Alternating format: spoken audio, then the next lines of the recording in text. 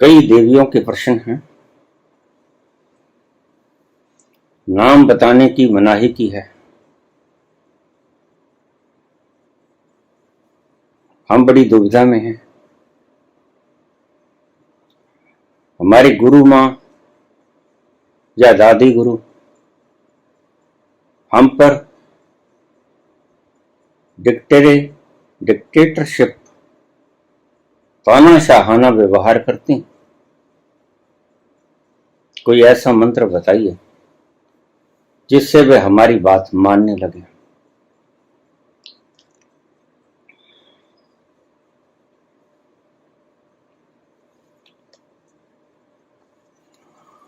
हमारी गुरु माँ, हमारी दादी माँ टिकटेराना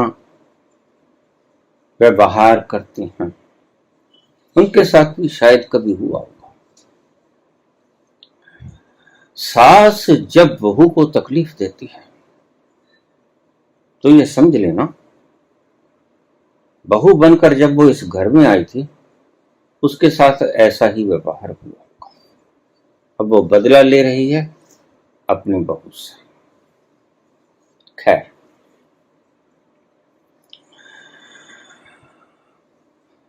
तुम्हारा ये भ्रम तोड़ दो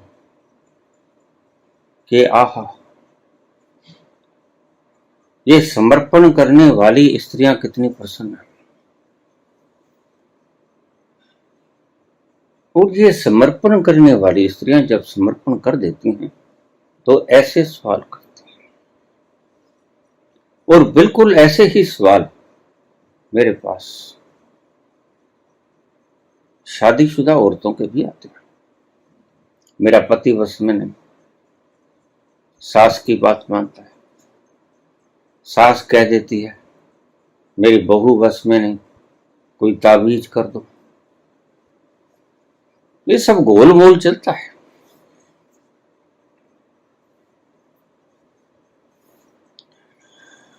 बुनियादी रोग कहाँ है ये नहीं मालूम है।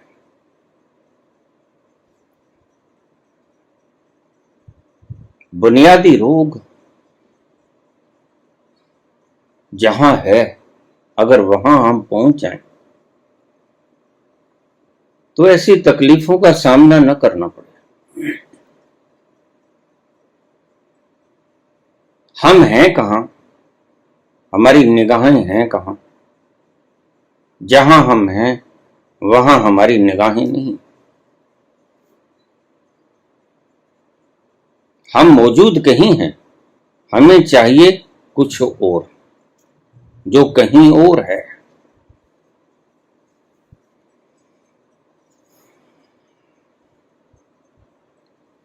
मैंने सुना है एक ब्राह्मण पुजारी अपने मंदिर में सुबह स्नान ध्यान करता, टीका तिलक लगाता, त्रिपुंड सजाता, बड़ी श्रद्धा से धूप जलाता, दीप जलाता, फूल चढ़ाता, पोशाक बदलता, भगवान की आरती उतारता और प्रभु के सामने बैठकर प्रभु भजन करता। इत्तेफाकन उसके बिल्कुल सामने एक वैश्या का निवास स्थान था, कोठा। पुजारी के पास भगतजन आते, पांव के हाथ लगाते, वार्तालाप करते। तो उस वैश्या का ध्यान हर वक्त पुजारी की तरफ रहता। तुम्हारी भावनाएं तुम्हारा निर्माण करती हैं। लोग कहते हैं कि तुम्हारे विचार तुम्हारा निर्माण करते हैं। कुछ हद तक ये भी ठीक है, लेकिन जब विचारों से भावनाएं लड़ पड़ती हैं तो भावनाओं की जीत होती है।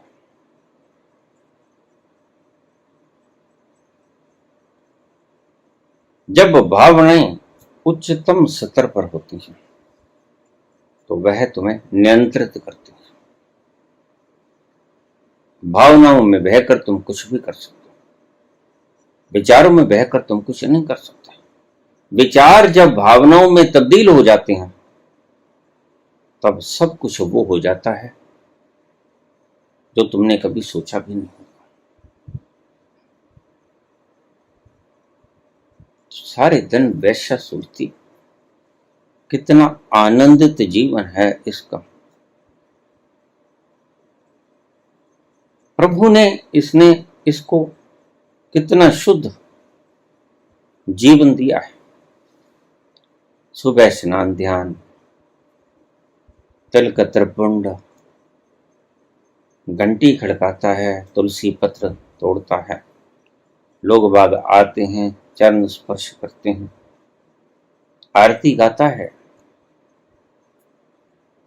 जीवन तो ऐसा है। ईश्वर ने इस पर बड़ी कृपा की।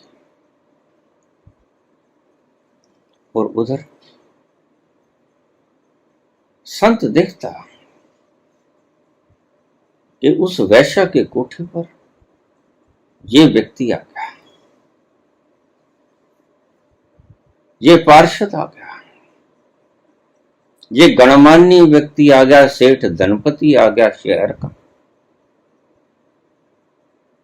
राजा के दरबार का महामंत्री आ गया, बड़े बड़े लोग आ गए।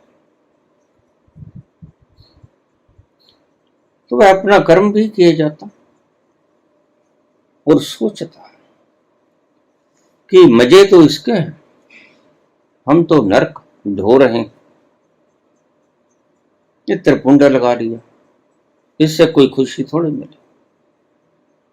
तो एक नाटकबाजी है दिखाने के लिए। 4 मंत्र बोल दिए अपनी विद्वत्ता को सिद्ध करने के लिए,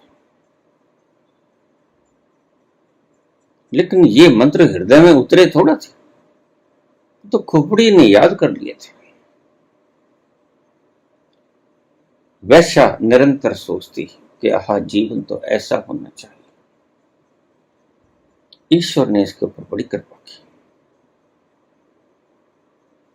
और वह पुजारी सारे दिन यही सोचता कि मजे तो इसने, रात क्या दिन भर, 24 घंटे के मजे। अच्छा पैसा मिलता है और अच्छा राग रंग बिखरता है,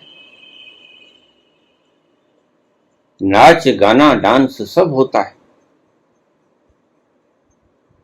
शराब और शबाब डलती है, घुंघरू छनकते हैं और उस घुंघरुओं के तार पुजारी का दिल बैठा देते थे। बैठ जाता था पुजारी का हृदय। ओह, कहां फंस गए, जीवन तो इसका। बहुत वर्ष ऐसे ही बीत गए। वैश्या का ध्यान सामने रहा। ईश्वर ने ऐसे जीवन बड़ा सुंदर दिया और पुजारी का ध्यान सदा वैश्या में रहा कि जीवन का लुत्फ तो ये ले लेती है, हमारे पास तो फोके मंत्र रह गए।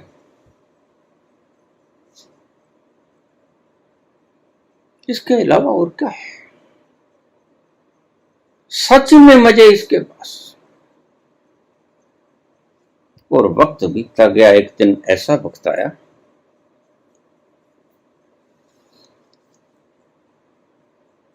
कि दोनों की मृत्यु का समय आ गया।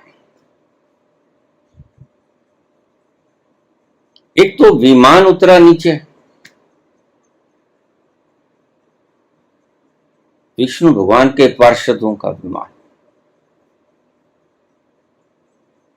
और एक बड़े बड़े दांतों वाले राक्षस, हाथ में खंजर लिए, अस्त व्यस्त बालों से युक्त,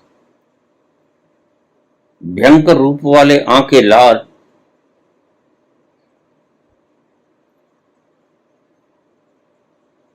नीचे उतरे, क्योंकि आमने सामने थे। तो वैश्या डरी, ये तो अंतकाल आ गया। और पुजारी भी डरा, ये तो अंतकाल आ गया। लेकिन थोड़ा सा साहस ढाढ़स बंधा कि आखिर आ ही गए ना विष्णु के पार्षद, मुझे स्वर्ग लोक ले जाएंगे, मुझे विष्णु लोक ले जाएंगे, जहां आनंद ही आनंद होगा, जहां कल्पवृक्ष होगा। मजे से बैठूंगा, जो चाहूंगा वो हाजिर हो जाएगा। अप्सराओं के नाच देखूंगा, झरने बहते हैं शराब के, खूब गट गट पीऊंगा। यद्यपि लुक छिप कर मंदिर में भी पी लेता था। ये बात मैं सिर्फ तुम्हें बता रहा हूं। लेकिन उसने कहा कि अब तो खुलेआम पिएंगे, क्योंकि स्वर्ग में तो कोई मनाही नहीं है। विष्णु भगवान बड़ी अच्छी कोमल तबीयत के आदमी हैं।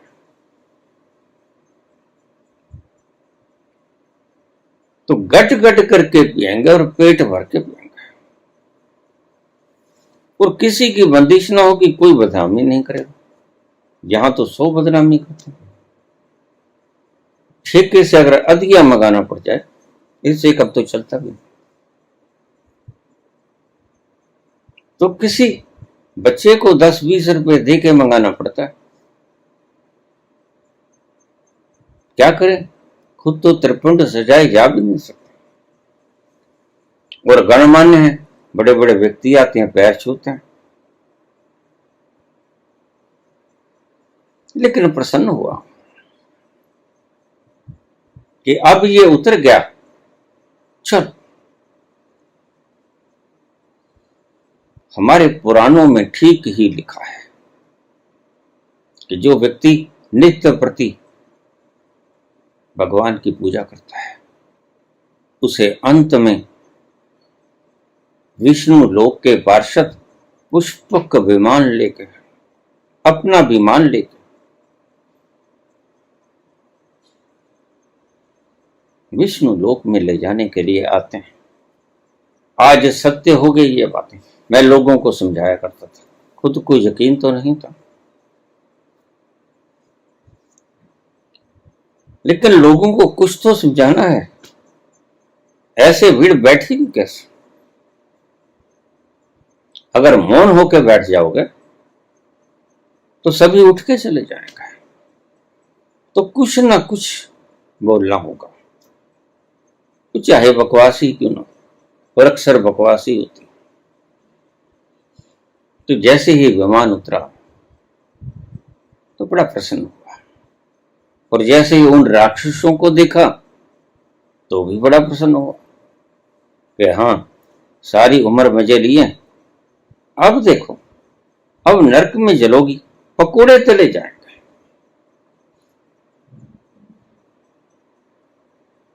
कुंभीपाक नरक में सड़ेगी।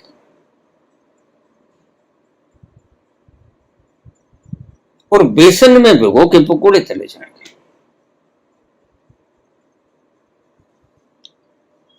अब ले ले मजे।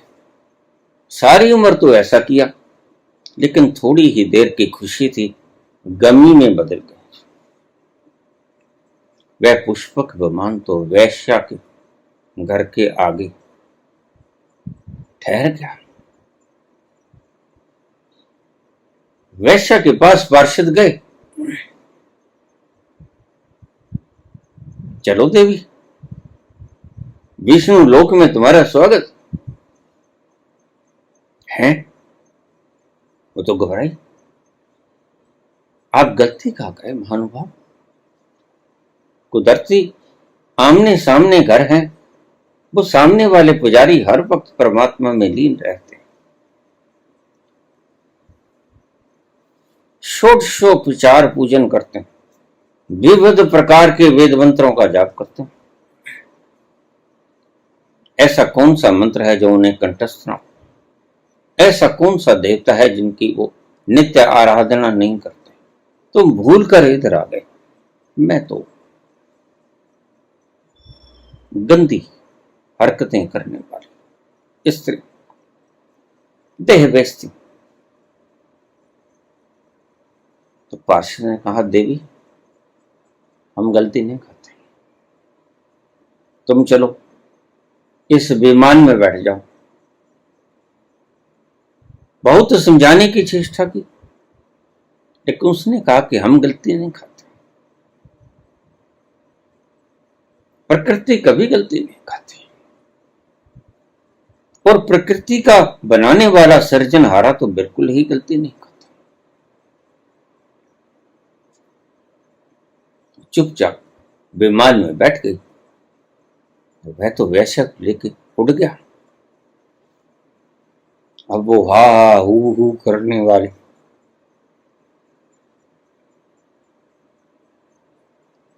जो लोगों को डराया करते थे कि ऐसे ऐसे दैत्य राक्षस आएंगे, आखिर में तुम्हें लेके जाएंगे, तलेंगे पकोड़े तुम्हारे, नरक में कुंभी पाक, नरक में सड़ोगे।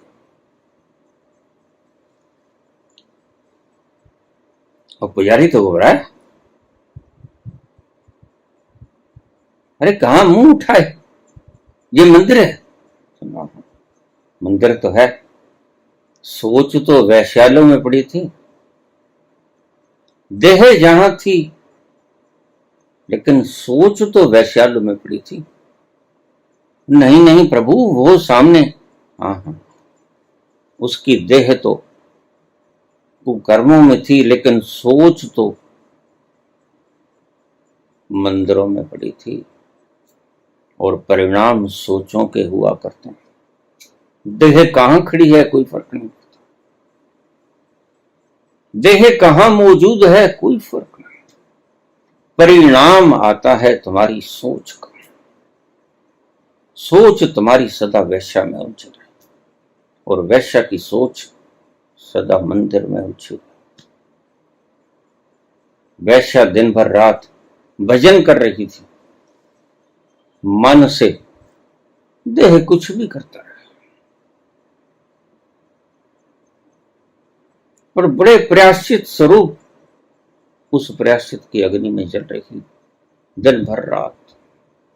और तुम पूजन कर रहे थे, भगवान को स्नान कर रहे थे, वस्त्र बदल रहे थे, त्रिपुंड सजाए थे, फूल अर्पण कर रहे थे, लेकिन देह से मन तो तुम्हारा वैश्या के घर में उलझा हुआ था, मजे कर रही है।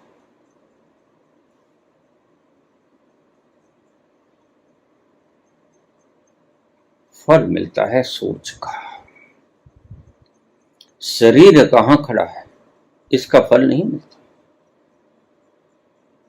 तुमने ऐसा सोचा जिंदगी भर, हाँ सोचा तो यही था, तो फिर चलो।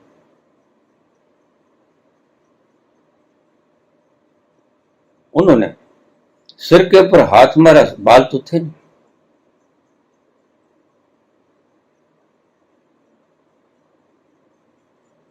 धक्के मुक्के लगा के वो चलो ले गए घसीट के नरक में।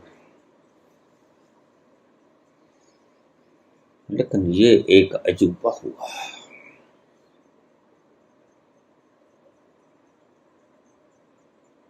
इन देवियों ने प्रश्न पूछा है, और इस प्रश्न के पीछे बड़े रहस्य छुपे पड़े। तुम ये मत समझना कि ये कंपटीशन, ये कंपैरिजन, ये एक दूसरे से आगे होना, ये एक नंबर के ऊपर स्थापित होना, ये अग्रगणी होना, सिर्फ पूंजीपतियों के भीतर ही है, सिर्फ राजनीतिज्ञों के भीतर ही है। इस गलती में मत रह।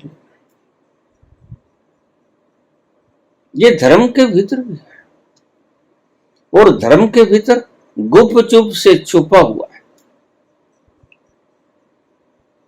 प्रत्येक शिष्य चाहता है कि कब गुरु की गर्दन दबा दूं और खुद गद्दी पे बैठ जाऊं, और प्रत्येक श्राविका चाहती है, प्रत्येक शिष्य चाहती है, प्रत्येक समर्पण करती हुई चाहती है कि मैं अपनी दादी माँ का, अपनी गुरु माँ का गला दबा दूं, पीछा छूट जाए। सोचा था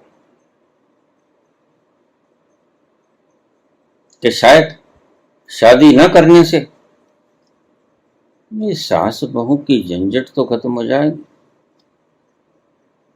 लेकिन उन्हें क्या पता था कि सास बहू बड़ी डिक्टेटर मिल जाए। अब ये तंग करेगी, इसके हाथ में रूल है। रूल समझते हो?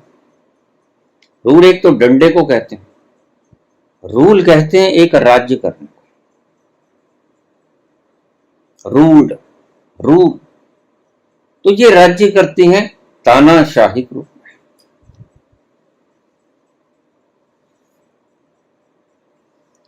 दुखद भरी मानसिक अवस्था से प्रश्न निकला है, अन्यथा यह प्रश्न जल्दी जल्दी बाहर नहीं आता।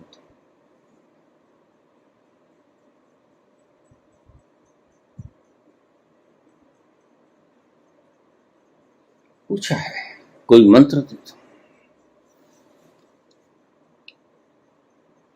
शायद तुम्हें इस बात का पता नहीं होगा, मैं तुम्हें बता देता हूं। शायद किसी संत पुरुष ने तुम्हें ये बात बताई नहीं होगी, और अगर बताई होगी तो तुम समझ नहीं पाए। मुझे रोज प्रश्न आते हैं कि बाबा, चेतना का विकास कैसे करें? चेतना का विकास सहजता से हो रहा है, तुम इसमें कोई दखलंदाजी नहीं कर सकते। और चेतना का पूर्ण विकास उस दिन हो जाता है जिस दिन परमात्मा आपको, प्रकृति आपको मानस का चोला दे देती है। और एक बड़ी अद्भुत बात आपको बता दूं कि स्त्री की चेतना का विकास पुरुष की चेतना के विकास से ज्यादा होता है। स्त्री ज्यादा चेतन है पुरुष की चेतना से, इसलिए ज्यादा ठहराव है, और ठहराव से ही चेतना के मापदंड निश्चित होते हैं। स्त्री की चेतना ज्यादा है पुरुष की चेतना से। पुरुष को स्त्री की चेतनता तक पहुंचने के लिए थोड़ा और सफर करना होगा। यद्यपि एक बात साफ कर दूं कि जैसे ही तुम्हें प्रकृति मानस का शरीर दे देती है, स्त्री का हो या पुरुष का हो, तुम मुक्त होने की योग्यता ले लेते हो। ऑथेंटिसिटी आ जाती है तुम में, कैपेबिलिटी आ जाती है तुम, एलिजिबिलिटी आ जाती है तुम में टू नो दायसेल्फ। तो चेतना के हिसाब से देखें तो स्त्री की चेतना पुरुष की चेतना से ज्यादा होती है, पुरुष की चेतना थोड़ी सी कम होती है, स्त्री की चेतना थोड़ी ज्यादा होती है। इसलिए स्त्रियों में आप करुणा का अंश ज्यादा पाओगे, प्रेम का अंश ज्यादा पाओगे, स्थिरता का अंश ज्यादा पाओगे। उसका कारण है उसकी बढ़ी हुई चेतना। मनुष्य के कम चेतना के कारण भटकन है, तनाव है, भागता है पुरुष।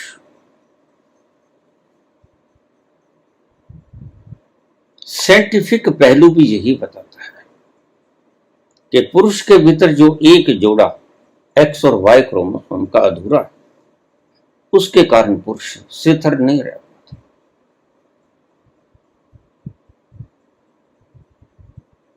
लेकिन स्त्रियां संबोधि को पाने में पीछे क्यों रह जाती हैं? सामाजिक व्यवस्थाओं के कारण। अगर सामाजिक व्यवस्थाओं को बदल दिया जाए, जैसे पुरुष प्रधान समाज है उसमें स्त्री प्रधान समाज रख दिया जाए, तो निश्चित रूप से स्त्री जल्दी पहुंच जाएगी। स्त्री के मनस में हम संकीर्णता के भाव उंडेल देते हैं। इन सभी बाबाओं, पाखंडी बाबाओं को जो आपके दिमागों में घुसेड़ते हैं शंकाओं को, पाखंडों को, मान्यताओं को,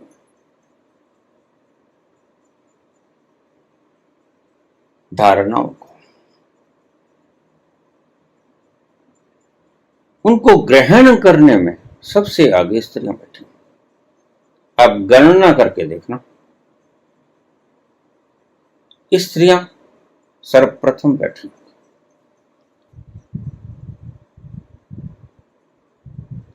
क्योंकि वो चाहती हैं, उनकी मंशा है।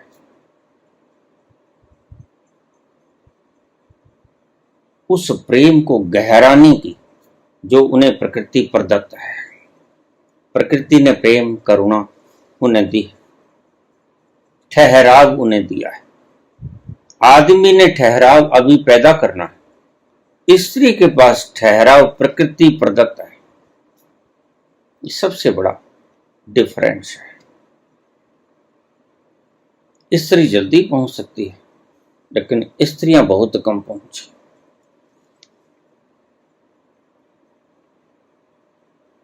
समाज पुरुष प्रधान रहा, स्त्री प्रधान नहीं रहा। इसलिए हमने कभी ये कहावत सुनी होगी कि प्रत्येक सफल पुरुष के पीछे किसी स्त्री का हाथ होता है।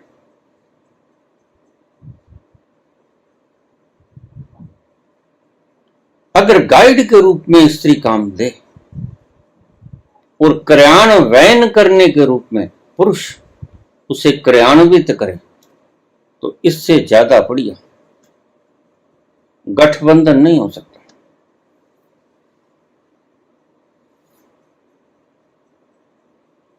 स्त्री की सथरता से निकले गाइडेंस, पुरुष उसको क्रियान्वयन करे, उसके अद्भुत परिणाम आएंगे। आपको पता नहीं, बड़े बड़े साइंटिस्टों के पीछे स्त्रियों की प्रेरणा ही काम आए। खैर, हम प्रसंग पे चले। ये झगड़े सिर्फ राजनीति में, सिर्फ पूंजीपतियों में, एक नंबर की होड़, इन तबकों में नहीं है। धर्म के अंदर भी ऐसा ही कुछ कबाड़ा है, यद्यपि तुम्हें पता नहीं। जैसे ही तुम मंदिर में जाते हो, ये झगड़ते हुए लोग शांत होकर बैठ जाते हैं। बस तुम इनका रौद्र रूप देख नहीं पाते।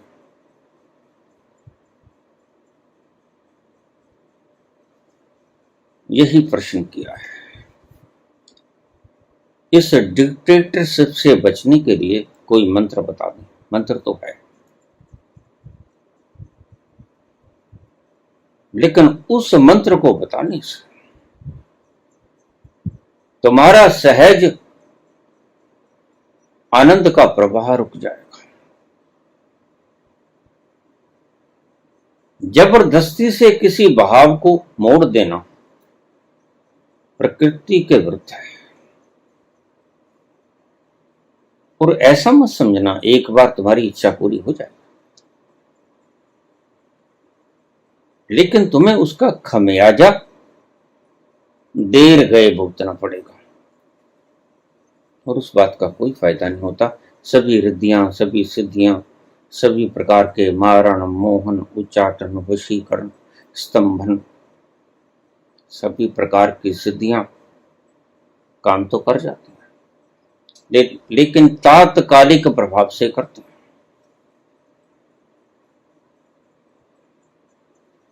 मैंने अपनी जिंदगी में इन चीजों पे बहुत काम किया है,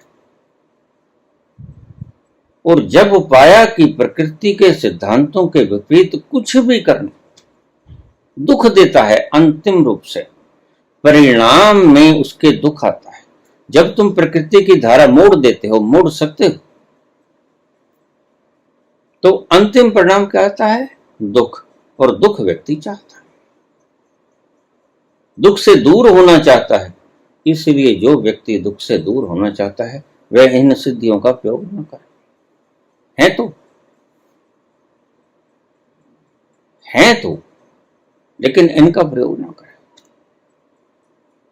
फिर वो बाबा नानक की इस बात से चूक जाएगा, तेरा पाना मीठा लागे, मेरी तो यही अर्जी, कर वही जो तेरी मर्जी।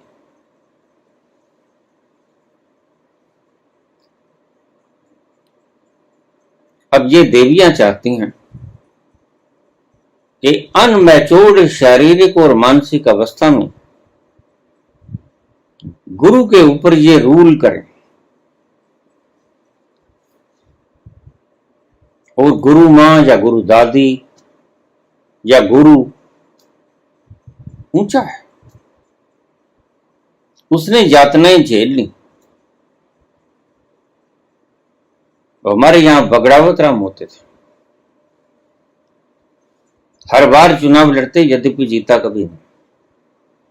राजस्थान से शायद आते थे, और कुछ नहीं, उनके पास रिक्शा होता था और माइक भी नहीं होता था।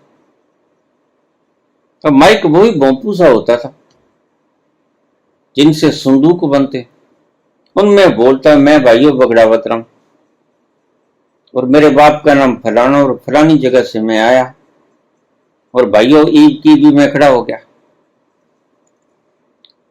और हर 5 साल बाद मैं आऊं, और ईद की भी मैं आ गया, और इन्होंने भाई घने ही लूट लिया, ईद के हमने भी मौका दे दिया।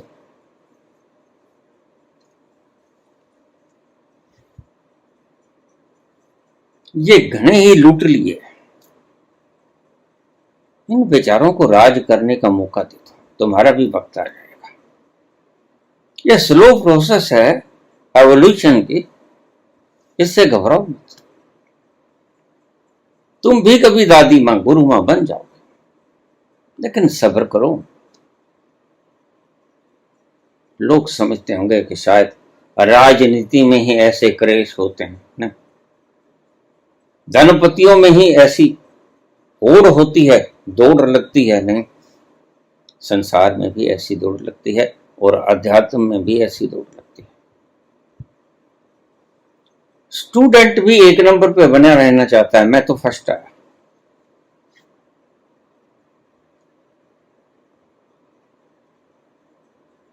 और धनपति भी ये कहता है 1 नंबर वर्ल्ड में।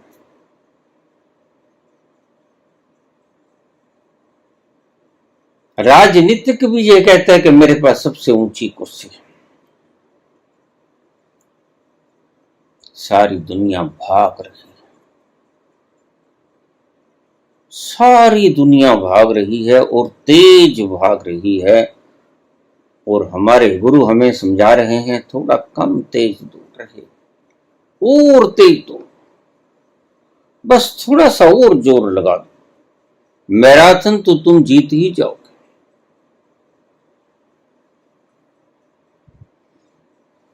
और इसी दौड़ के अंदर सारी दुनिया उलझी पड़ी है।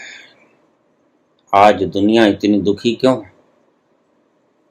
तुम ठहरोगे तो देखोगे, लेकिन काश काश तुम ठहर जाते। ये ठहरना ही तो तुम्हें नसीब नहीं हुआ। ठहर ही जाते, और उस ठहराव के पल में मैं सदा ही कहता हूं, फुर्सत के पल ईजाद कर लो। ठहराव के पल में तुम्हारी बुद्धि थोड़ा काम करती है, फिर तुम्हें समझ आती है कि आखिर मैं दौड़ क्यों रहा हूं।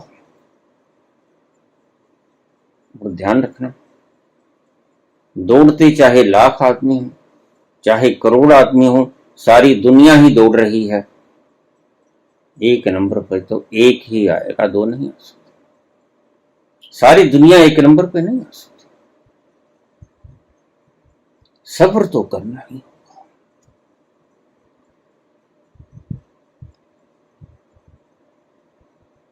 और ये दौड़ सिर्फ संसार में नहीं, अध्यात्म में भी दौड़ है। और दौड़ एक रोग है। इस रोग को लिए लिए आप दौड़ रहे हो, भाग रहे हो। बस चेपियां अलग अलग लगी।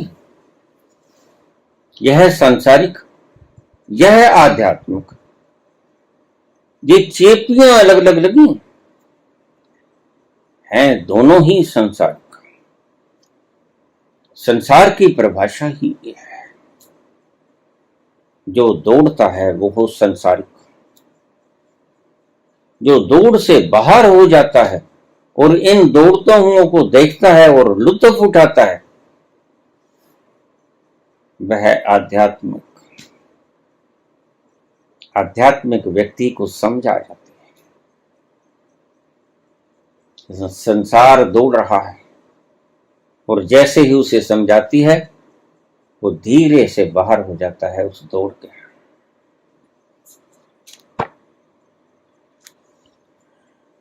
एक व्यक्ति दिल्ली चला गया था, कुछ दिन लगा के वापस आया, खूब दिल्ली घूमा। वापस आया तो गांव वालों ने पूछा, भाई तुमने क्या देखा दिल्ली में? कहते मैंने दिल्ली में देखा तो बहुत, लेकिन एक चीज मुझे बड़ा हैरान कर गई। क्या हैरान कर गई? वो हैरान ये कर गई कि अब तक सारी दिल्ली खाली हो गई होगी। खाली हो गई? ऐसा क्या बम गिर गया? बस कुछ ऐसा हुआ है, पता तो मुझे नहीं है, लेकिन कुछ ऐसा हुआ है, अब तक सारी दिल्ली खाली हो गई होगी। नहीं, बात तो बताओ। सभी दौड़े जा रहे हैं, जैसे घर में आग लगती है, घर से बाहर भागे जा रहे हैं। तो जहां देखा, जिस सड़क पे देखा, जिस मरहले पे देखा, जिस मोड़ पर देखा, दुनिया भागी ही चली जा रही है। तो अब तक तो दिल्ली खाली हो गई। दिल्ली खाली कभी नहीं होगी, दिल्ली तो और भरती जाएगी। कितने पागल रोज दिल्ली तक की यात्रा करते हैं, रोज नए खड़े हो जाते हैं लोग दिल्ली की ओर प्रस्थान करने के लिए। दौड़ दिल्ली की तरफ होती है, लक्ष्य टारगेट दिल्ली होता है।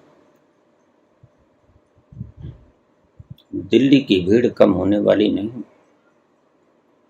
वो तो रोज बढ़ती जाएगी। घटने का तो सोचना ही कभी। पागल खाने में कभी पागलों की संख्या घटी? कभी सतयुग आएगा तो पागल खाने में पागल निर्धारित हो जाएंगे, ये बात अलग है। लेकिन अभी तो घोर कलयुग चल रहा है, अभी तो ये पागल खाना और भरेगा। इन पागलों ने दौड़ते दौड़ते दिल्ली को भर दिया है।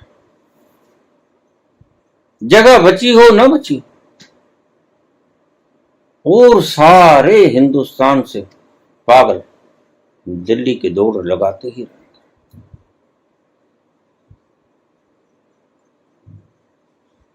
यही कुछ संसार में होता है देवियों, यही कुछ आपके मन में हो रहा है।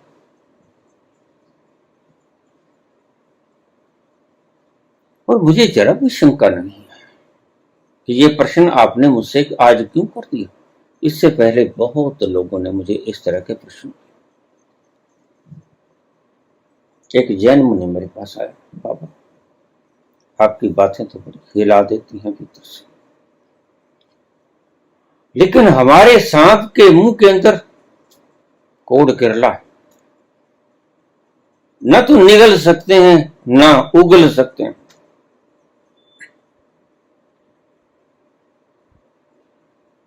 अगर छोड़ के जाते हैं तो ये समाज हमें जूतियां मारेगा, गालियां निकालेगा, भोजन बंद कर देगा, कहां रहेंगे।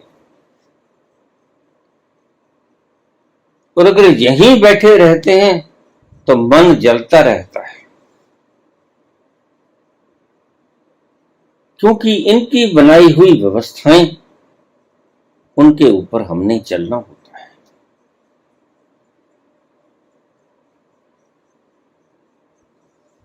हम अपने आप को गुलाम महसूस करते हैं। मैंने उससे कहा, अगर गुलाम महसूस करते हो तो ये भी एक फार्मूला है, बता दो, इसके द्वारा भी पहुंच सकते हो, बताओ। तुम गुलाम महसूस करते हो, गुलाम हो ही जाओ। तुम वरिष्ठ हो उम्र में, अपने छोटों के ऊपर हुक्म चलाना बंद कर दो। और याद रखना मेरी बात को, अपने हृदय के अंतस में इसे उतार लेना, अपनी पोटली में हीरो पायो गांठ गठे आयो, इसको अच्छी तरह से बांध लेना। हुक्म करने वाले को कभी चैन नहीं आता। चैन तो सदा उसे ही होता है जो हुक्म को मानता है।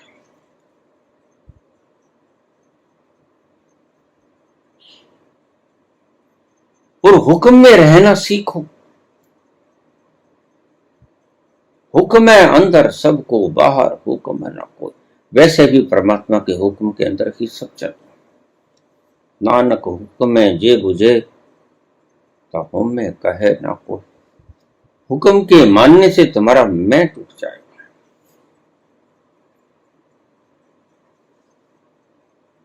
और जिसका मैं टूट जाता है उसका रोग कट जाता है। मैं ही एक रोग है, मैं ही एक रोग है, ही कह रहा हूं। मैं के अलावा कोई और रोग तुम्हारे पास नहीं, बाकी तो तुम स्वस्थ हो। एक मैं ही रोग है। इस मैं को हटा दो तो तुम्हें तुम्हारा स्वस्थ चेहरा नजर आ जाएगा। गुलामी महसूस करते हो तो मेरा ये सूत्र बांध लेना, गुलामी महसूस ना करो, गुलाम हो ही जाओ। गुलामी को पूर्ण हृदय से स्वीकार कर। मुझे लोग अक्सर पूछ लेते हैं कि परम लिबरेशन तक जब हम गुलाम थे तो बहुत से लोग कैसे पहुंच गए। हम इतने हजार साल तक गुलाम रहे और उस वक्त में जितने लोग पहुंचे शायद कभी नहीं पहुंचे।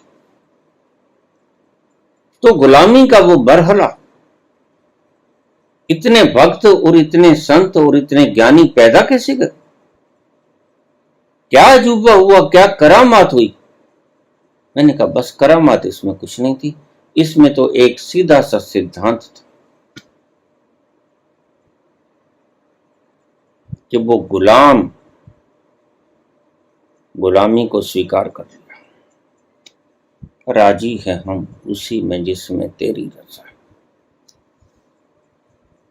अमीर कितना भी जोड़ ले, अगर भूख 3 रोटी की है 5 खाएगा तो उल्टी करेगा। जोड़ चाहे लाख ले, सारी दुनिया का गोदाम भर ले, लेकिन भूख तो उसे 3 की है तो 3 ही खा पाएगा। इसलिए बुद्ध ने यह सोचा,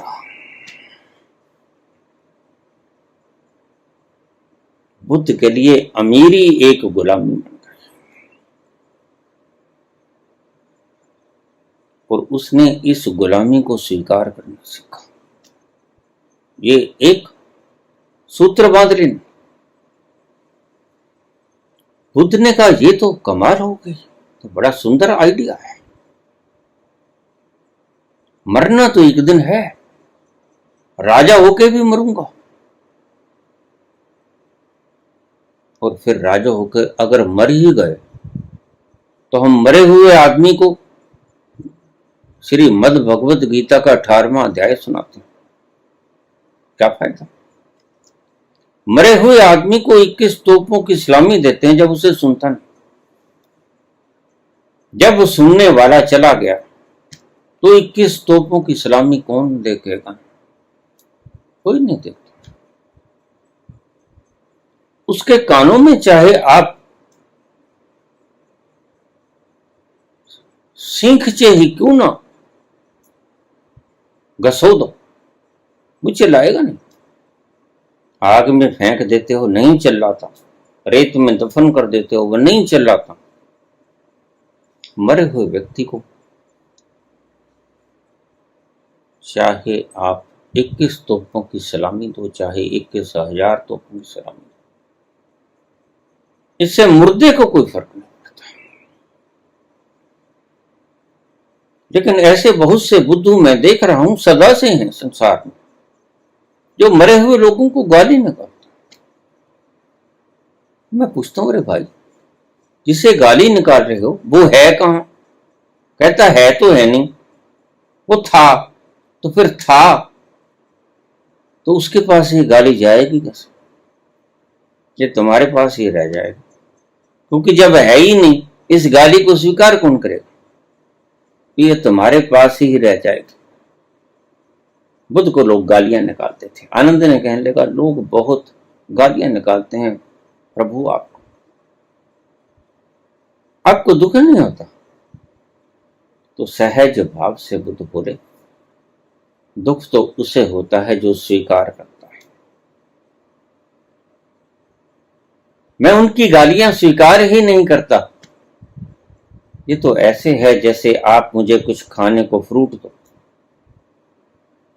और मैं आपका वो फ्रूट लेने से इनकार कर दूं, तो वो फ्रूट किसके पास रह जाएगा? आनंद कहने लगा, बनते मेरे पास रह जाएगा। तो बस जब मैं किसी की गाली को स्वीकार ही नहीं करता, तो गाली उसी के पास रह जाती है, मेरे पास पहुंचती ही नहीं। और मेरे पास पहुंचने का एक लक्षण है आनंद। क्या प्रभु? अगर मेरे पास गाली पहुंच जाएगी, मैं उसे स्वीकार कर लूंगा, तो याद रखना मैं प्रतिक्रिया करूंगा।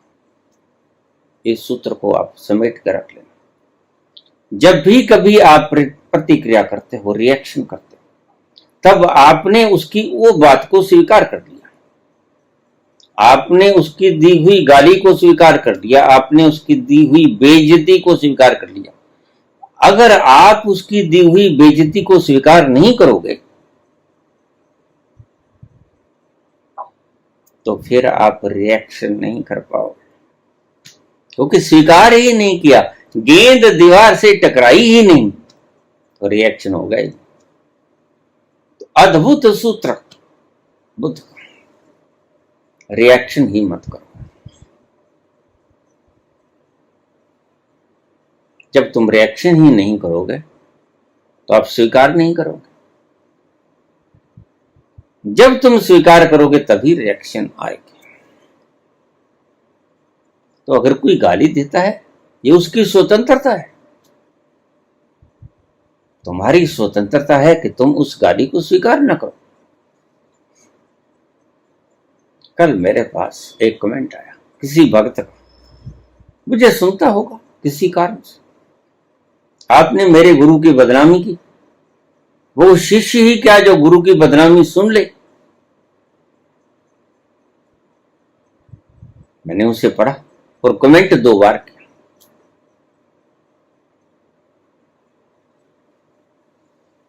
मैंने उसे कोई जवाब नहीं दिया, लेकिन जवाब नहीं दिया इसका मतलब ये नहीं कि जवाब था नहीं। जवाब तो हर चीज का होता है। मैं उन भगत जन से पूछता हूं कि गुरु से इतना मोह रखने वाले गुरु भक्त इतने तेज कि अपने गुरु की निंदा भी नहीं सुन सकते, और निंदा कोई भी कर सकता है। बड़े से बड़े संतों की निंदा हुई है, लोगों ने उसके ऊपर थूका है। एक नाथ, महाराष्ट्र के बहुत बड़े फकीर, गंगा स्नान करके वापस आते एक व्यक्ति ने उनकी परीक्षा लेने के लिए वृक्ष के ऊपर बैठ गए। जब वो वहां से गुजरते तो वह मुंह को थूक से भर लेता, और जब वो पास से गुजरते वो सारा थूक उसके ऊपर थूक देता। जब थूक देता तो एक नाथ ये न देखते कि किसने थूका, उल्टे पांव वापस हो जाते और फिर गंगा में स्नान करते, डुबकी लगा के फिर आ जाते।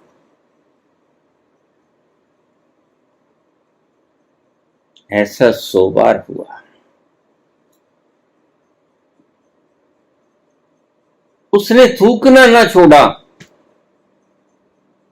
और एक नाथ ने प्रतिक्रिया नहीं की। एक नाथ सिर्फ गए, वापस गंगा में स्नान किया, अच्छी तरह से स्नान कर वापस आ गए, लेकिन थूकने वाला थक गया। थूकने वाले थक ही जाते हैं। क्रोधी सदा थकता है, प्रेमी कभी नहीं थकता, क्योंकि प्रेम तो आनंद देता है। क्रोध, नफरत ये आपको दुख देते हैं और दुख आप बर्दाश्त नहीं करते। कब तक दुख को बर्दाश्त करोगे? कब तक नफरत को बर्दाश्त करोगे? कब तक घृणा में जियोगे? घृणा में तुम जी नहीं सकते, क्योंकि तुम्हारा स्वभाव घृणा में जी नहीं सकता। ये तुम्हारा नैसर्गिक स्वभाव है। तो जब 100 बार नहाकर वापस आ गए तो अब के वो व्यक्ति नीचे छलांग लगा के नीचे आ गया। फिर से एक नाथ के चरणों में गिर पड़ा, रोने लगा।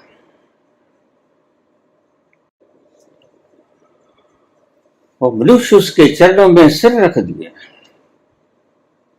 और खूब रोया, खूब रोया।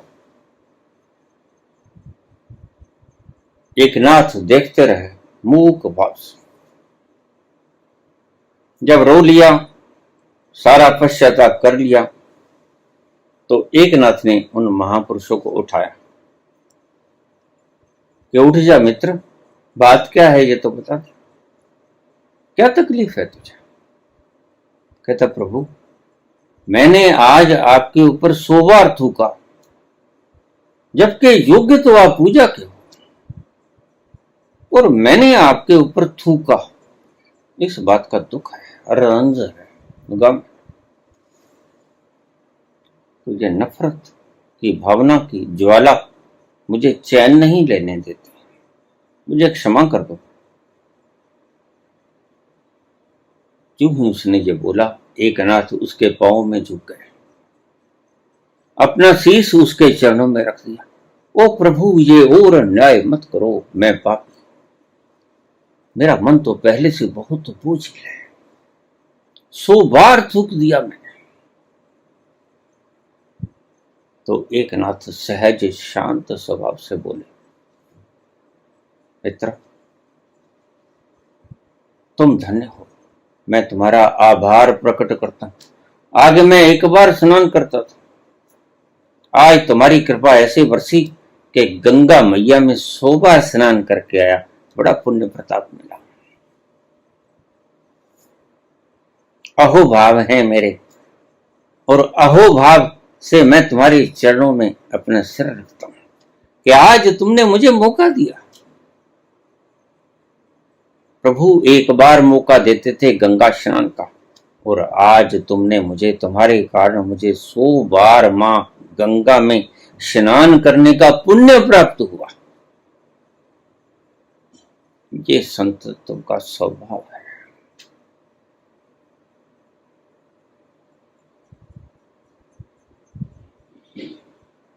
तो इस कमेंट करने वाले व्यक्ति से मैं इतनी ही बात कहूंगा कि अगर इतने ही गुरु भगत थे तो मेरे चैनल पर सुनने क्या आए थे?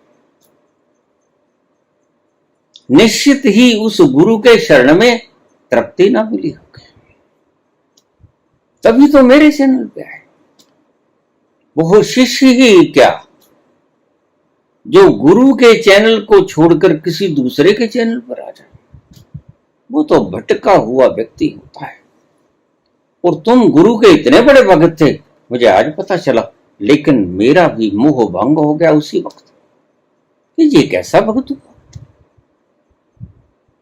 अगर शिष्यत्व की इतनी ही अहंकारिता थी, इतने ही पक्के शिष्य थे, इतने ही पक्के गुरु बनाए थे कि आप उनकी निंदा भी नहीं सुनते, जबकि निंदा है आलोचना। अंधे को अगर अंधा कहा जाए तो ये गाली नहीं, ये एक सत्य है। और निंदा सत्य के प्रतिफलन में आती है। निंदा और आलोचना एक ही बात है। जिस निंदा की आप बात करते हो वो घृणा से आती है। यहां आलोचना से वक्तव्य भी दिए जाते हैं, आप उनको घृणा से बोली हुई निंदा समझ लेते हो, ऐसा नहीं। अगर आप इतने बड़े भक्त हैं तो आप गुरु की शरण में ही क्यों नहीं रहे? ये आपकी कमजोरी का लक्षण नहीं है क्या? ये चैनल बदलने वालों से मैं इसलिए कहता हूं, सावधान। अपने शिष्यत्व पर इतना मान मत कर। अभी तुम्हें शिष्यत्व का जरा भी पता नहीं, अभी भनक ही नहीं लगी कि शिष्यत्व होता क्या। शिष्यत्व होता है जब आप गुरु का द्वार कभी ना छोड़ो।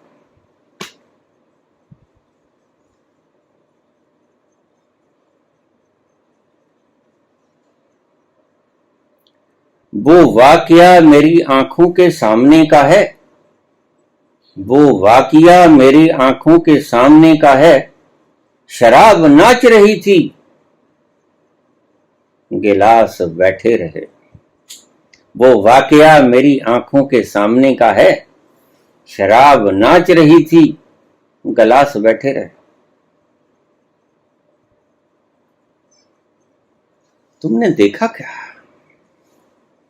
तुमने उसके भीतर नाचती हुई शराब नहीं देखी। तुमने बैठे हुए गिलास देख ली होंगे आसपास, इसलिए वहां से भागे। लेकिन शिष्य तुम हो नहीं पुत्र। शिष्यत्व बहुत दूर की बात है। शिष्यत्व तो सर को कटाना होता है। प्रेम ऐसी कला है, उसमें शीश दे ले जाए। प्रेम न बाड़ी उपजाए, प्रेम न हाट बिकाए। राजा प्रजा जही रुचाए, शीश दे ले जाए। जब शीश कटवा लिए, पर यहां तो शीश लेके आ गए तो। और सही शिष्य वो होता है जिसने शीश दे दिया। यहां तो शीश लेकर आ गए। शिष्यत्व नहीं है, तुम इस इल्यूजन को समाप्त कर दो। गुरु के पक्के भक्त नहीं, क्योंकि गुरु के पक्के भक्त की एक निशानी होती है, लक्षणों से पहचान लिया करो। मैं सदा ही बोलता हूं। और शिष्य का एक लक्षण है कि उसने सिर दे दिया गुरु को, पर दूसरा सिर कहां से लेके आया? अगर अभी भी जिंदा है तो साफ है कि शीश दिया नहीं। रोज प्रश्न आ जाते हैं, बाबा कहां अटका हूं? मैंने कहा कहीं भी अटके हो, लेकिन शीश अच्छी तरह से दिया नहीं। कोई नाड़ी जुड़ी रह गई शीश और धड़ के साथ। ये तुम टटोलो कि कौन सी नाड़ी, कौन सी चिपकाहट शेष है जो तुम्हें भीतर उतरने नहीं देती। मुझसे मत पूछो, तुम खंगालो, तुम्हारा अंतस है। तुम्हारे अंतस को तुम ही तो खंगालो। सो इस बच्चे ने शीश दिया नहीं उस गुरु को। मेरे पास रोज कमेंट्स आ जाते हैं, फोन आ जाते हैं, बाबा मैंने 10 गुरु बदल लिए, सुकून नहीं मिला। क्या आप मुझे शिष्यत्व दे दोगे? क्या आप मेरे शिष्य को स्वीकार करोगे, शिष्यत्व को स्वीकार करोगे, मेरे गुरु बन जाओगे? मैंने कहा बिल्कुल नहीं। क्यों? जो 10 गुरुओं का ना हो सका, मेरा क्या खाप हो? बेसिक मूल मंत्र आपको समझ ही नहीं आया। तुम जहां भी रहे होगे, हाकिम बन के रहे होगे, गुलाम बन के रहे नहीं होगे। और अभी वो भावना तुम्हारे में मौजूद है, भावना मौजूद है तो तुम कभी उतर ना पाओगे। रस्सी की अगर एक छोर भी जुड़ी रही तो रस्सी टूट ना पाएगी। बस यही तुम्हारे साथ, सारी दुनिया के साथ यही समस्या है। जो अपने आप को बलिदानी कहते हैं, हमने शीश दे दी, गुरु को बलिदान हो गए, वो भी झूठ है। क्योंकि मैं सदा ही कहता हूं लक्षण देखो। कल भी एक फोन आया, गुरुजी मेरी बात तो सुनो, सच में मेरी कुंडलिनी जागृत हो गई और मैंने 2 और लोगों को ये चीज बताई और उससे उनकी कुंडलिनी जागृत हो गई। मैंने कहा तुमने 2 लोगों के कर्म और फोड़ दिए, तुमने 2 लोगों को और डुबो दिया। वो इस भ्रम में जिएंगे कि हमारी कुंडलिनी जागृत होगी, और मैं 1.5 घंटा बोला, उसका फायदा क्या? लेकिन ये गुरूर है कि झुकता नहीं। यह सामने वाले गुरु को झुका के ही मानता है। अब मेरे चैनल के ऊपर 2 महापुरुषों के रोज कुछ ना कुछ आ जाते हैं, वेद मंत्र आ जाते हैं, कुछ ये लिख देते हैं, मेरा सफर from duality to non duality. तो मैं सोचता हूं कि मैं अज्ञानी, मुझे ये ज्ञानी बना के ही छोड़ेंगे। ये भी जिद पकड़ लिए हैं कि हम इस व्यक्ति को ज्ञानी बना के ही छोड़ेंगे, बाजिद हो गए। रोज जब मैं सुबह उठता हूं, और कमाल है, मैं कई बार सोचता हूं कि क्या रात भर इन्हें नींद नहीं आती। ये इसी ताक में रहते, कब भोर भये, कब ब्रह्म मुहूर्त आए, और ये अपना पुण्य पुरस्कार मेरे पर फेंकेंगे। मैं आराम से सो रहा हूं, राती सोवन, राती सोवन, राती जागण, राती जागण, राती भूकण, इस दरगाह दे कुत्ते। बुल्ले शाह का बड़ा प्यारा कलाम, राती जागण राती भूकण, ऐस दरगाह दे कुत्ते, बुल्ले शाह जिन्ना रब थ्याया चादर तान के सुते।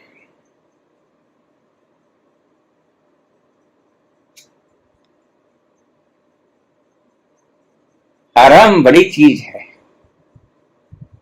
और आराम के लिए ही तुम इतना भटक रहे हो।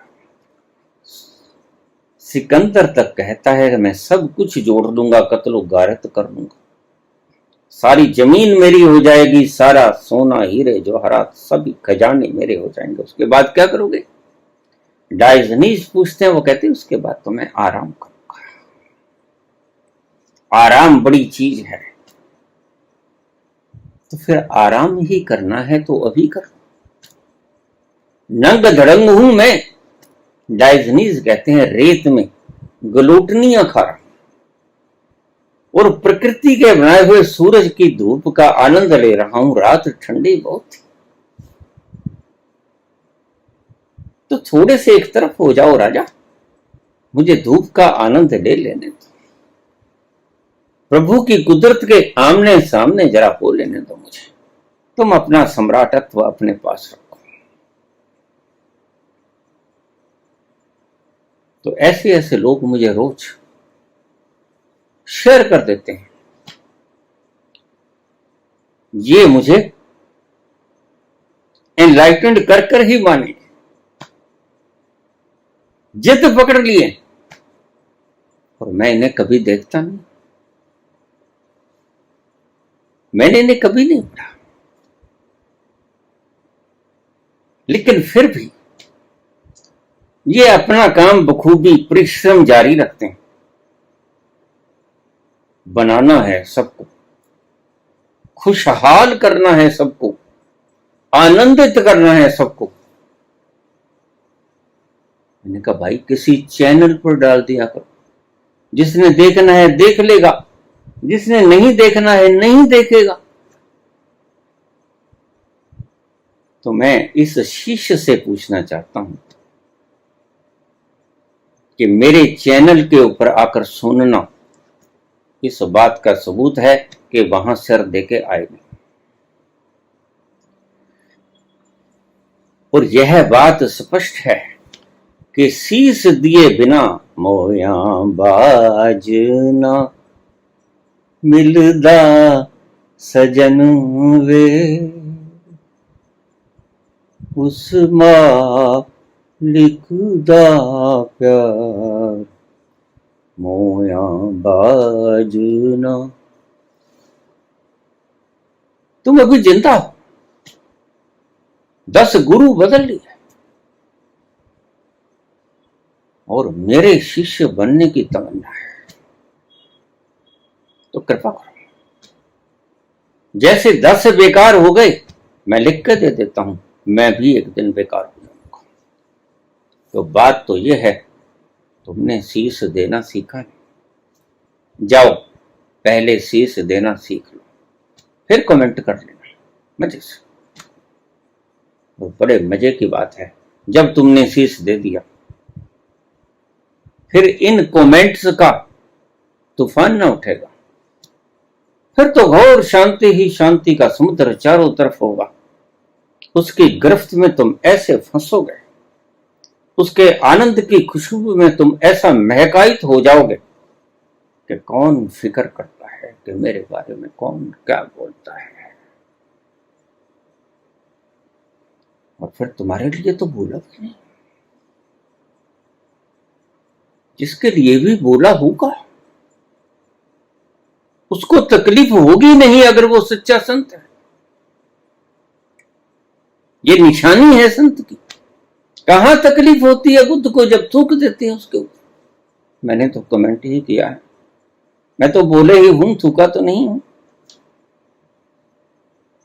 और इनका शिष्यत्व उजागर जरूर हो गया मेरे सामने। शिष्यत्व का फार्मूला इस बहाने आपको भी मिल गया। अगर शीश ना दे पाओ, 10 व्यक्तियों को शीश दे दिया और 11वां गुरु मुझे बनाना चाहते हो, तो आप मेरे पे तो रहम करिए, क्योंकि 2 साल के बाद एक और व्यक्ति ऐसा ही कमेंट वाला आ जाएगा। मेरे ऊपर कृपा कीजिए। मैं तो वैसे भी बाहर नहीं जाता, मैं कोई भीड़ भड़का नहीं चाहता, मैं कोई फैन फॉलोइंग नहीं चाहता। मैं कहां दरबार लगाया हूं, मैं कहां स्टेज लगाए हूं, मैंने कहां माइक लगवाए, मैंने कहां जनता का हजूम इकट्ठा किया। ये सभी चीजों के लक्षणों से पहचाना जाता है। संतत्व इन लक्षणों से पहचाना जाता है।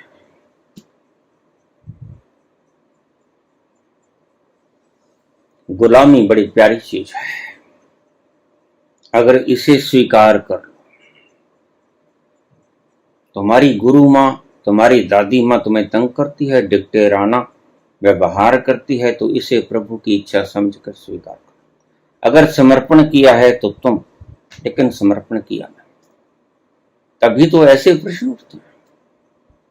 अगर समर्पण किया होता तो यह प्रश्न न उठता आज कि मेरी दादी माँ या मेरी गुरु माँ मुझे प्रताड़ित करती है। गुरु है, दादी है, प्रताड़ित करेगी तो प्रेम से लोरी भी सुनाएगी, प्रेम से चूमेगी भी, दुत्कारेगी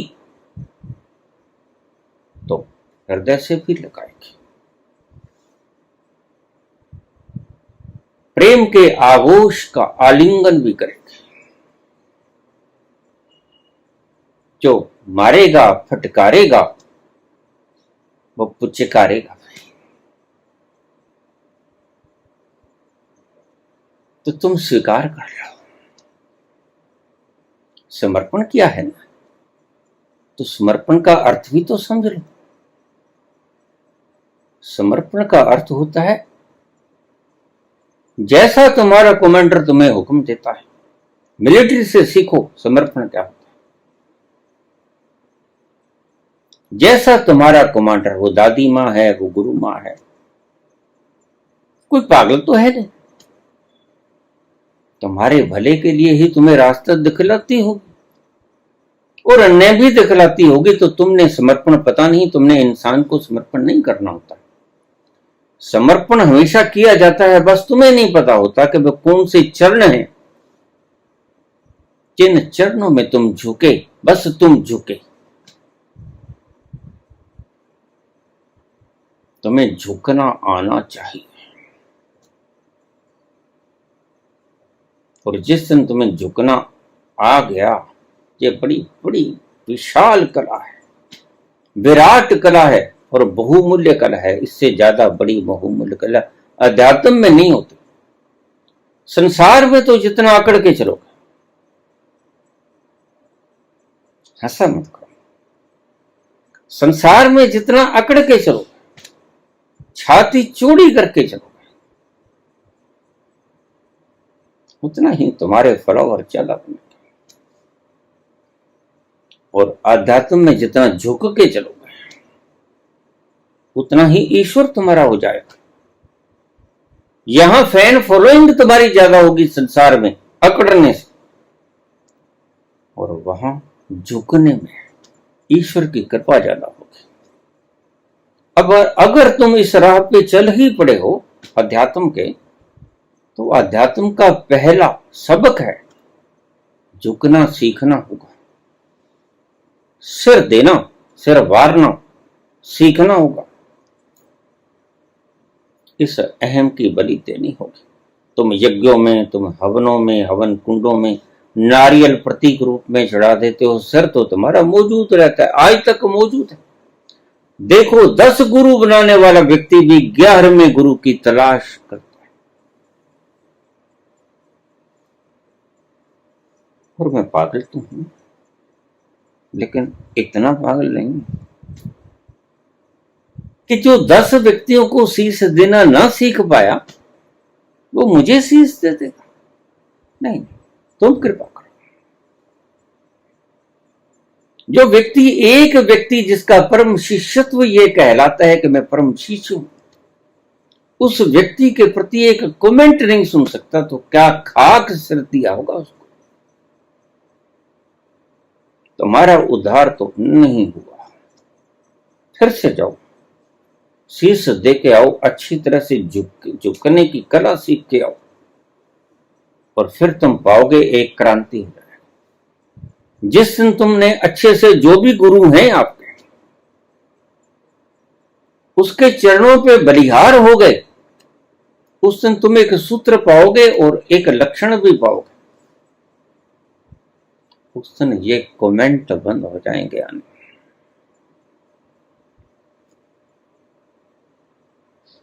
तो अगर गुलाम बनाता है कोई तो शुभ है। एक छोटी सी कहानी सुना के, वीडियो लंबी बहुत हो गई, विश्राम दूंगा अपनी जीवा।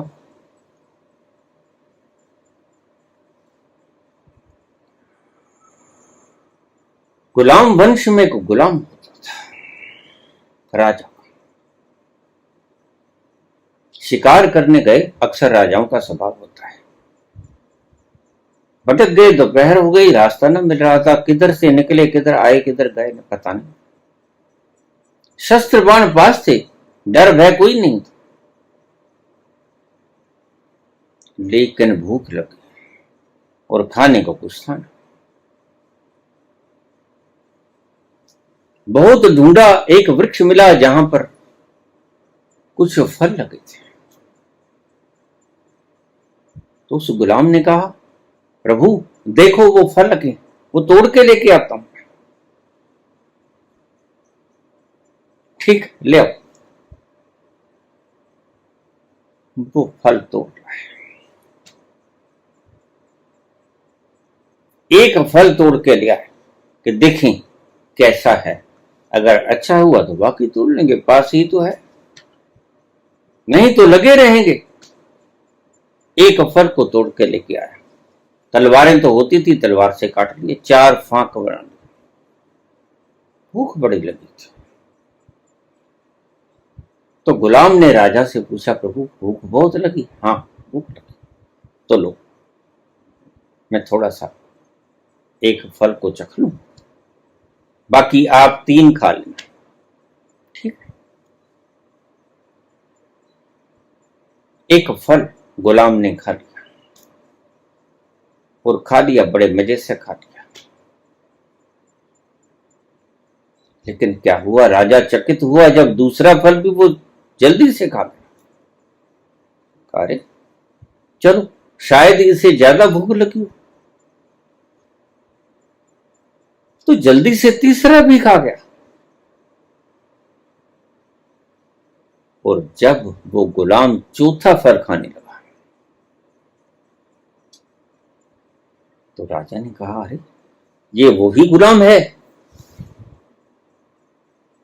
जो मेरी एक सांस की आवाज से कंप जाया करता था, आज मेरे सामने भूख को बर्दाश्त नहीं कर सकता। इसे यह पता नहीं कि राजा भी भूखा है। तो राजा तगड़ा था। तो चौथी फांक जैसे ही वो मुंह की तरफ ले जाने लगा, राजा ने छीन ली। छीन कर उसने वो फांक अपने मुख में डाल ली। और जैसे ही वो फांक अपने मुख में डाली, जहर की तरह कड़वी थी।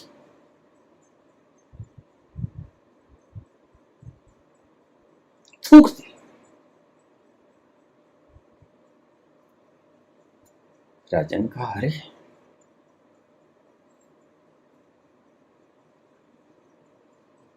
तू ये 3 फांके क्यों खा गया? काट कर दे रहा था राजा, तलवार उसके पास थी, और खा रहा था गुलाम। राजा उस गुलाम से बड़ा प्रेम करता था, बड़ा अच्छा सेवक था,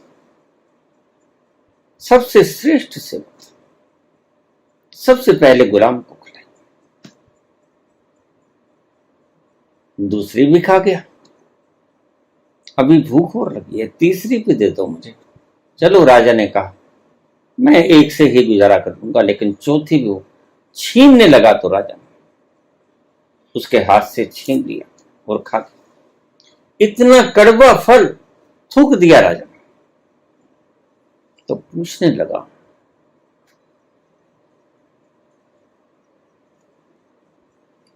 लगा कि ये तुम चौथी फांक क्यों खाना चाहते थे, और तुमने वो 3 फांक कैसे खा ली, क्यों खा ली? तो गुलाम बोला, हजूर आलम,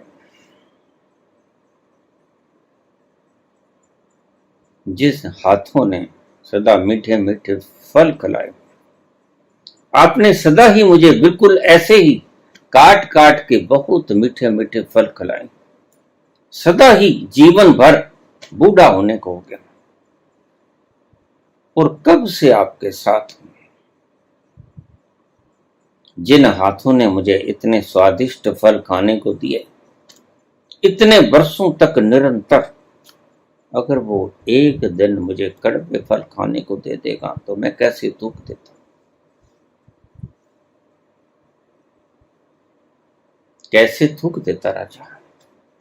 वही हाथ इतने मीठे मीठे फल रोज दे रहा था, एक दिन अगर कड़वा फल दे दिया खाने को तो कैसे थूक देता।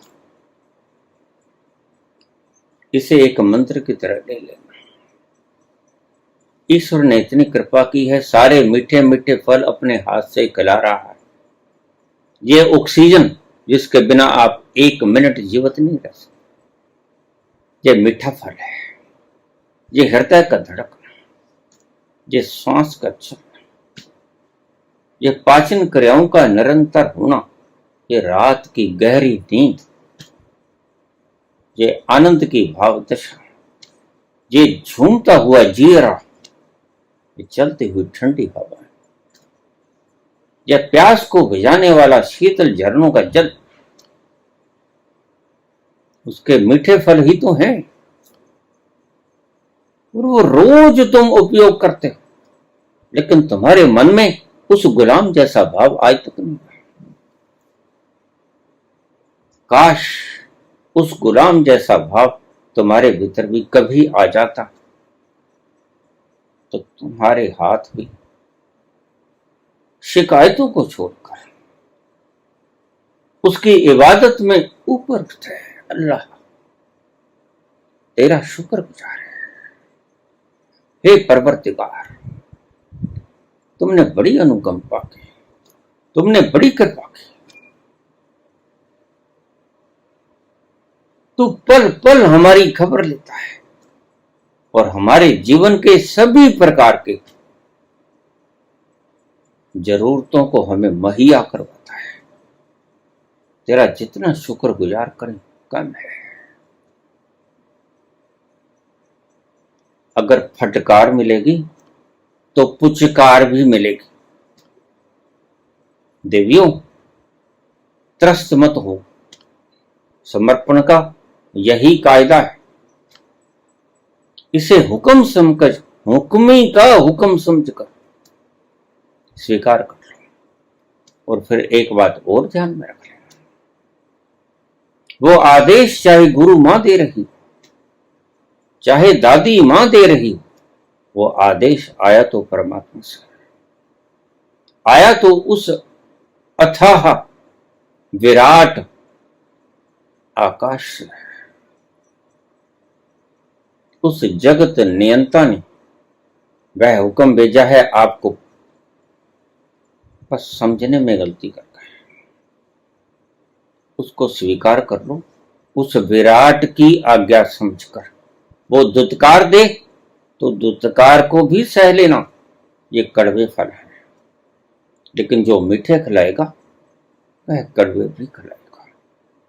और आपको स्वीकार करना आना चाहिए, आपको शीश देना आना चाहिए। समर्पण की ये पहली शर्त है। धन्यवाद।